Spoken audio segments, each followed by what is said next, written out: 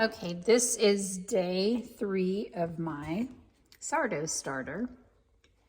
I've got 2, one for myself and one for my daughter. So I'm about to mix, pour half out, add a cup of water, and add a cup of flour, and then I'll be done. I have mixed both of them up.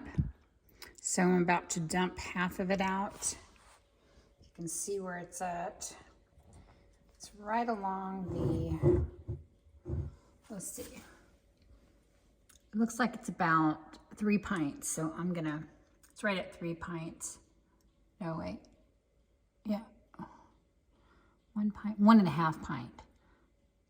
Okay, so it's 1.5 pints, so I'm gonna dump out 3/4 of it.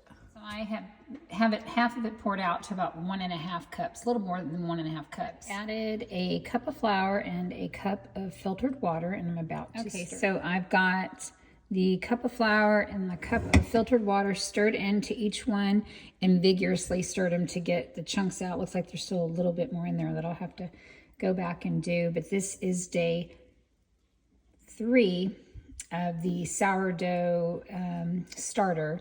So I took half of the starter out, and then I mixed it first, then I took half of the starter out, and then I added a cup of water and filtered water and a cup of flour to each one of the jars. I've got the sourdough starter covered back up for day 3. I took the cloth off in the beginning, and I stirred both of the jars vigorously, and then I took half the starter out of each jar, and then I added 1 cup of filtered water and 1 cup of just all-purpose flour, stirred it up really good, and covered it back up. And the reason I have 2 jars is because on the first day the second day I used half the starter to make a jar for my daughter instead of throwing it out.